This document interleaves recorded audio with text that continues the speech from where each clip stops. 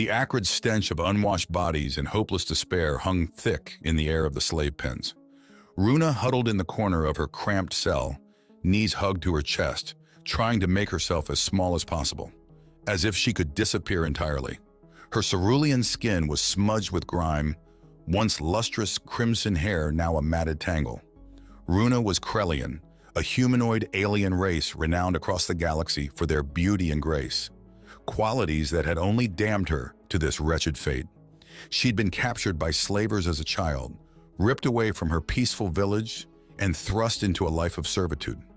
For 20 long years, she'd endured the whims of cruel masters on a dozen worlds, each more depraved than the last. Now she found herself on Horgax Prime, a remote planet at the edge of civilized space, sold to Greblar the Hurt, a notorious trader in flesh and illicit goods. Runa shuddered, wondering what fresh torments awaited her.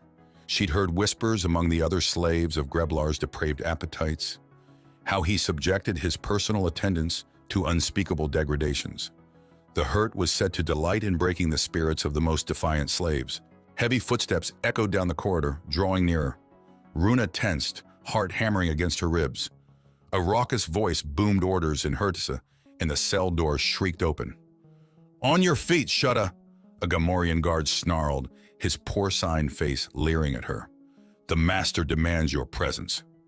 Runa rose shakily, chains clanking as she stumbled forward. The guard seized her arm in a bruising grip and hauled her out into the dank hallway. She blinked rapidly, eyes adjusting to the dim light as she was dragged along, passing cell after cell, filled with miserable wretches who refused to meet her gaze. They arrived at an ornate door emblazoned with the Hurt's sigil. The Gamorrean pounded a meaty fist against it and a panel slid open, a pair of bulbous eyes peering out. Apparently satisfied, the door's guardian swung it wide, ushering them into Greblar's audience chamber. Runa fought down a wave of nausea as an oppressive wave of heat and the pungent musk of Hurt slime washed over her. The immense chamber was packed with a dizzying array of species, all exquisitely dressed, here to pay tribute to the mighty Greblar and curry his favor. The Hurt himself dominated the room, his bloated form sprawled obscenely across a raised dais, stubby arms draped over the supple green flesh of his Twi'lek consorts. "Ah, my sweet new morsel," Greblar's booming voice oozed with cruel delight. "Come closer, let me look upon you." The Gamorrean shoved Runa forward, and she stumbled to her knees before the dais, chains rattling. She kept her eyes downcast, shaking with a potent mix of fear and revulsion. A pudgy finger tipped with a sharp nail caught her chin, tilting her face up. Greblar's bulging orange eyes roved over her hungrily, tongue flicking out to lick at his drool-slicked lips. "Exquisite," he rumbled. "You will make a fine addition to my harem. But first you must be trained, broken. I will enjoy watching the fire fade from your eyes." Runa trembled but held her tongue. Greblar chuckled, a wet, gurgling sound, and released her chin. He barked an order, and a tall, whip-thin Duras with a pinched blue face scurried over. "Varlo, take our fiery beauty to the pleasure gardens and begin her lessons," the Hurt commanded. "I expect her to be ready for the celebration of the Phyrexian eclipse." "Yes, my lord." Varlo bowed deeply. "It will be done." The Duras seized Runa's arm and hauled her up, marching her briskly from the audience chamber. As the doors slammed shut behind them, he leaned in close, breath hot against her ear. "Do not resist, girl," Varlo hissed. "It will only make your suffering worse.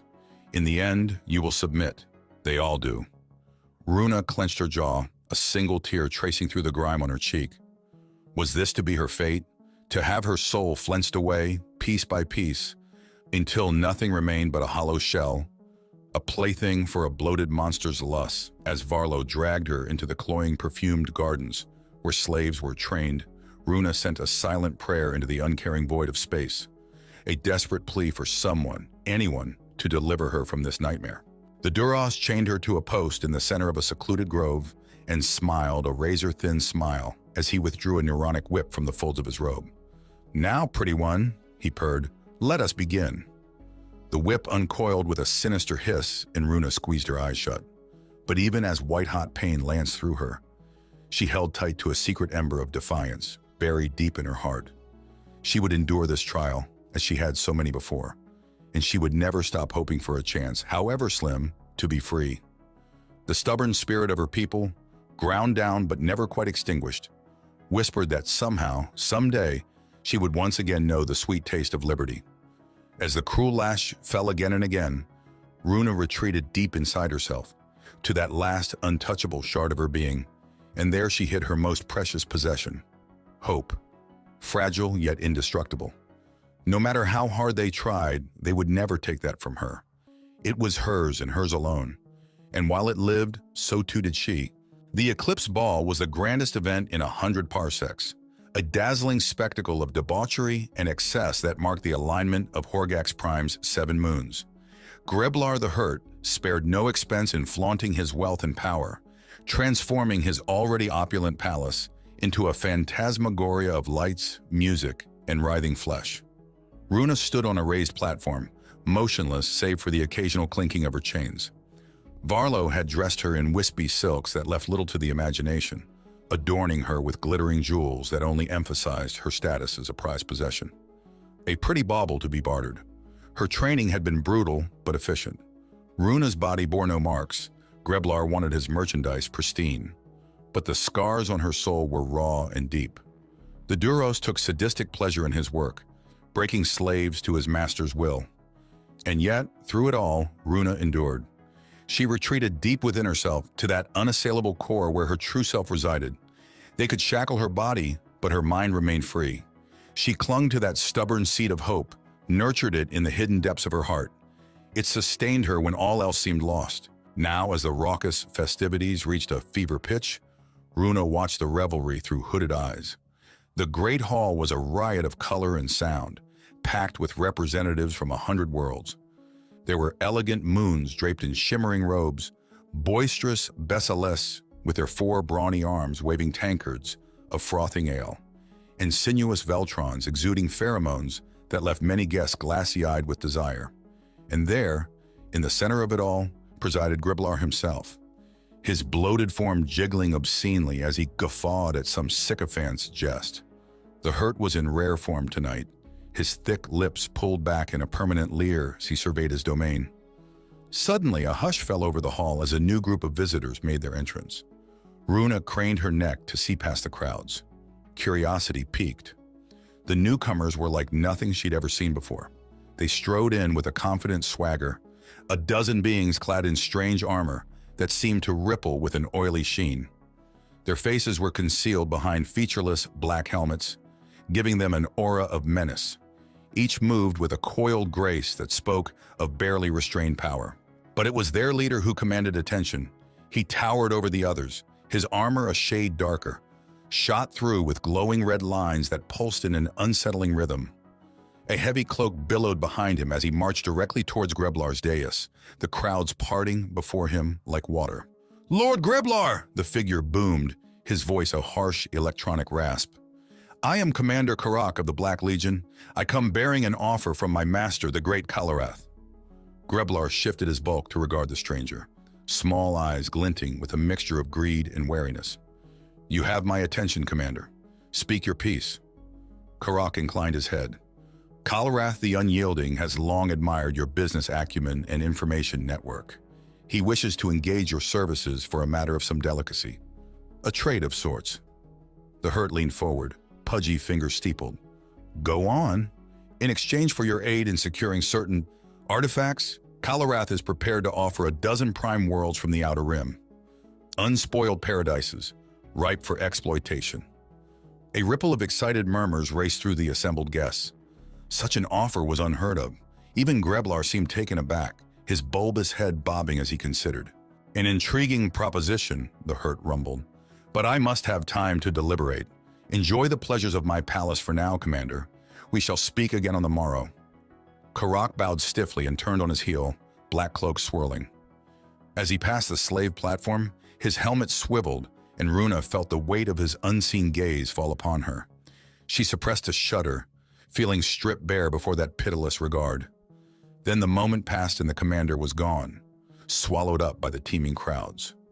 Runa released a breath she hadn't realized she'd been holding, skin prickling with unease. Something about these Black Legion mercenaries filled her with a deep sense of foreboding. They moved like coiled predators, exuding an aura of barely restrained violence. And their leader, even without seeing his face, Runa knew this was a being who would let nothing stand in the way of his goals. A cold tendril of fear wormed its way into her heart. What dark designs were being set in motion here? What role would she, a lowly slave, play in the machinations of such powerful and ruthless individuals? Runa had no answers, only a growing certainty that her fate, for good or ill, was inextricably tied to these mysterious warriors from the void. The fragile ember of hope in her heart wavered before the looming shadow of the unknown. But she would not let it be extinguished.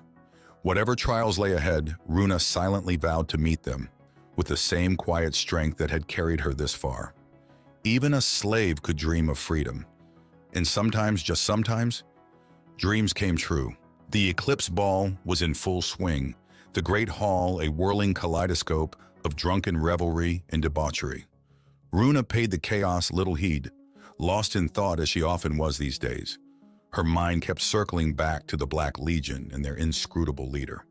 Whispers abounded of the Legion's fearsome reputation, tales of merciless warriors who struck from the shadows to mete out their own brand of justice. Some claimed they were a myth, a boogeyman invented to strike fear into the hearts of the wicked. Others swore they were all too real, an elite cadre of killers who left only carnage in their wake. Suddenly, a piercing scream rang out, cutting through the din. Runa's head snapped up, eyes wide. Across the hall, a knot of panic spread through the crowds. Beings shoved and clawed at each other in a desperate bid to escape some unseen threat. And then she saw them. Dark figures pouring into the hall from every entrance, weapons at the ready. They moved with ruthless efficiency, incapacitating guards and guests with surgical precision. Stun bolts and tranquilizer darts flew, dropping their targets in heaps. Through the chaos strode a single figure, tall and commanding in his black armor. In one hand, he clutched a stun baton, its crackling energy casting eerie shadows across his impassive faceplate. With a gesture, he sent a trio of guards tumbling, their weapons clattering to the floor.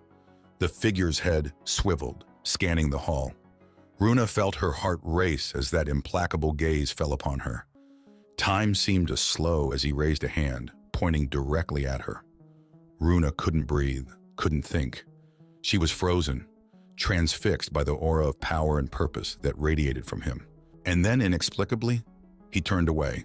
The figure barked an order, and a squad of his warriors peeled off, charging towards the dais where Greblar cowered behind a living shield of slaves and sycophants. The Hurt's eyes were wide with terror, his bulk quivering. He gabbled a stream of pleas and promises, but the Legion paid him no heed. They vaulted onto the dais, restraining bolts and stun cuffs at the ready. Runa tore her gaze away, hardly daring to hope. Could this really be happening? Were these mysterious warriors truly here to end Greblar's vile reign? A new sound rose above the tumult, a deep rhythmic thudding that shook the very foundations of the palace. Runa looked up, heart in her throat. Descending from the night sky was a squadron of ships, sleek and predatory. They settled onto the palace grounds with pinpoint precision, disgorging dozens more black-clad figures.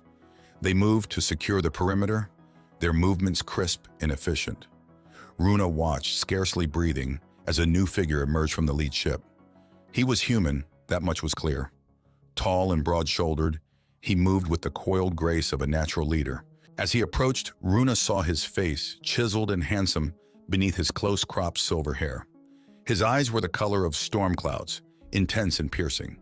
The human surveyed the scene, his expression one of grim satisfaction. Then his gaze fell upon Runa and she felt a jolt run through her, as if she'd been electrified. There was something in those eyes, a flicker of compassion, of understanding. It was gone in an instant, replaced by a mask of cool professionalism. But Runa knew she hadn't imagined it.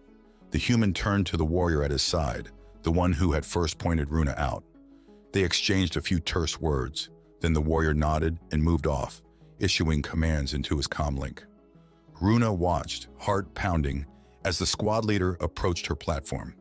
He moved with purpose, his every step sure and measured. She felt the weight of his gaze on her, appraising, assessing. He halted before her, reaching up to remove his helmet. There was a hiss of releasing pressure, and then Runa's breath caught in her throat. He was stunning. Chiseled features, strong jaw, eyes the color of a stormy sea. His hair was shorn close to his scalp, a shade of deep, rich brown that seemed to absorb the light. But it was his smile that truly captivated her. Warm, genuine, it transformed his face from merely handsome to utterly breathtaking. In that moment, Runa felt something stir within her, a flutter of recognition, of destiny. "I'm Sergeant Kade Decker, Terran Special Forces," he said, his voice a rich baritone that seemed to resonate in her very bones. "What's your name?" "Z Runa," she managed, cursing the breathless quaver in her voice. Kade's smile widened, his eyes crinkling at the corners. "Runa, a beautiful name for a beautiful woman." Those words, spoken with such sincerity and warmth, struck Runa like a physical blow. She felt her cheeks flush, her heart stutter in her chest. No one had ever called her beautiful before, not with such genuine admiration and respect. In that moment, something shifted inside her, a tectonic realignment of her very soul. She looked at Kade, really looked at him, and saw not just her rescuer, but her destiny. He reached out, gently removing her shackles with a deft twist of his hands. His fingers brushed her skin, sending a jolt of electricity coursing through her. Runa stared at him, hardly daring to believe. This man, this paragon of strength and compassion, had come for her. In the depths of her despair, he had appeared like a beacon in the darkness, a promise of salvation. And now, looking into those fathomless eyes, feeling the warmth of his touch, Runa knew with a bone-deep certainty that her life would never be the same. This was more than mere gratitude, more than the giddy rush of freedom. This was love, pure and simple. It had hit her like a thunderbolt, sudden and irrevocable. In the space of a heartbeat, Kade had become her world, the center around which her universe would spin forevermore. Some rational part of her knew it was foolish, that she couldn't possibly love a man she just met. But her heart, so long starved for affection and kindness, refused to listen. It had recognized its mate, and there was no going back. Kade, oblivious to the seismic shift taking place within her, simply smiled and held out his hand. "Come on, let's get you out of here. You're safe now." Runa stared at him, hardly daring to believe. You're here to rescue me?" Kade smiled, a small wry quirk of his lips. "We're here to rescue everyone. You're free now, Runa. Greblar's reign of terror is over." Tears sprang to Runa's eyes, a lifetime of pent-up emotion threatening to overwhelm her. She looked around, taking in the sight of Greblar and his cronies being led away in restraints, the former slaves weeping and embracing each other in joy. It was real. It was happening. After so many years of darkness, a glimmer of light had finally pierced the veil. Runa turned back to Kade, a watery smile on her face. "Thank you," she whispered. "Thank you for saving us." Kade inclined his head, something warm and achingly human in his eyes. "It's what we do. No one deserves to live in chains."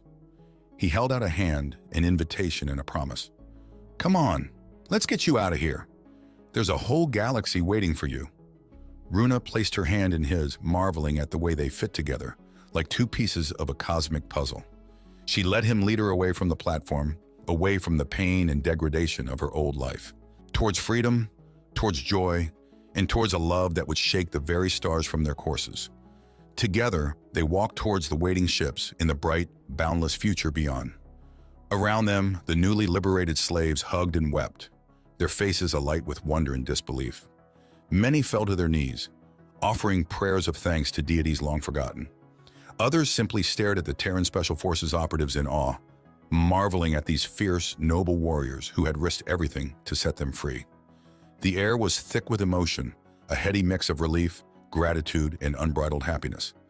Kade paused at the base of the ramp leading into his ship, turning to face the crowd.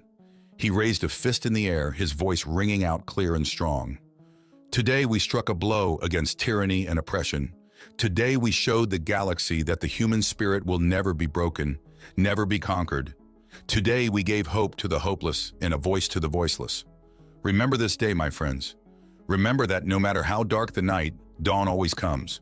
A cheer went up from the assembled throng, a sound of pure, unadulterated joy. Runa felt it wash over her, felt it fill her up from the inside out.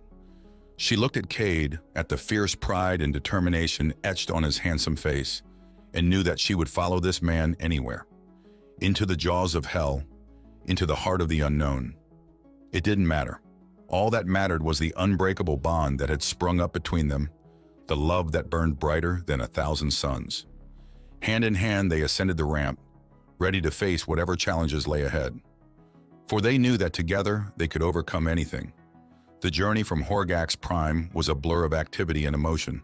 The Terran ships were a hive of controlled chaos, medics tending to the wounded, officers debriefing the freed slaves, technicians repairing gear and restocking supplies. Through it all, Runa remained at Kade's side, marveling at the easy efficiency of the Terran Special Forces. These were no ordinary soldiers, but a tight-knit brotherhood, forged in the crucible of countless battles. They moved and acted as one, a well-oiled machine dedicated to a singular purpose, protecting the innocent and righting the wrongs of the galaxy. Setouand, in the quiet moments between the bustle, Kade never left her side. He was a constant presence, strong and reassuring, always ready with a kind word or a gentle touch. With every passing hour, Runa felt herself falling deeper and deeper in love. It was more than just physical attraction, though there was no denying the electric thrill that coursed through her every time their eyes met. No, this was a meeting of souls, a profound connection that transcended mere flesh and bone. In Kade, Runa saw a kindred spirit, someone who had known pain and loss, but had emerged from the darkness, stronger and more compassionate. He was a beacon of hope in a galaxy that had long since lost its way, a shining example of the best humanity had to offer. As the days turned into weeks, Runa began to heal, both physically and emotionally. Under the care of the Terran medics, her scars faded. Her body grew strong and healthy, but it was Kade's love that truly mended her shattered soul. He was endlessly patient, never pushing, never demanding. He was content simply to be near her, to offer his strength and support as she grappled with the demons of her past. Slowly but surely, Runa began to open up, to share the horrors she had endured, the dreams she had long since abandoned. And Kade listened, his eyes filled with a profound empathy that took her breath away. He understood her in a way no one else ever had, saw past the scars and the trauma to the fierce, unbreakable spirit within. Under his tender guidance, Runa began to blossom, to rediscover the joy and wonder that had been stolen from her so long ago. She laughed more freely, smiled more readily, her eyes sparkling with a newfound zest for life. And through it all, their love grew, a precious, fragile thing that they nurtured and cherished. It was a love born of shared pain and shared triumph, tempered in the fires of adversity and forged into something unbreakable. When at last the Terran ships reached the shining heart of the Galactic Alliance, Runa knew she was home, not just in a physical sense, but in the deepest recesses of her heart. She stood hand in hand with Kade on the observation deck, gazing out at the jeweled splendor of the capital world. Tears of joy streamed down her face as she turned to the man who had become her everything. "I love you," she whispered, the words a sacred vow. "I love you with every fiber of my being, every beat of my heart. You saved me, Kade, in every way a person can be saved." Kade smiled, his eyes shining with an answering devotion. "And I love you, Runa. More than life itself, you are my heart, my soul, my reason for being. Without you, I am incomplete." He dropped to one knee, his gaze never leaving hers. From his pocket, he withdrew a simple band of gold, gleaming in the starlight. "Runa, my love, my life, will you marry me? Will you stand by my side now and forever as we face the challenges of this life together?" Runa's heart soared, a joy beyond words filling her to the brim. "Yes," she managed through her tears. "Yes, yes, 1,000 times yes." Kade slipped the ring onto her finger, then surged to his feet, capturing her lips in a kiss that seared her to her very soul. Around them, the Terran soldiers erupted into cheers and applause, their voices raised in a joyous celebration of love's triumph. And as Runa lost herself in Kade's embrace, she knew that this was only the beginning. Together, they would heal the hurts of the past, would face the trials of the future with courage and compassion. Together they would build a life, a family, a legacy, a shining beacon of hope and love in a galaxy that had long yearned for such light. And though the road ahead would be long and hard, Runa knew they would walk it hand in hand, their love a shield against all darkness. For they were one now and forever, a love to shake the stars from their courses, a love to light the very heavens.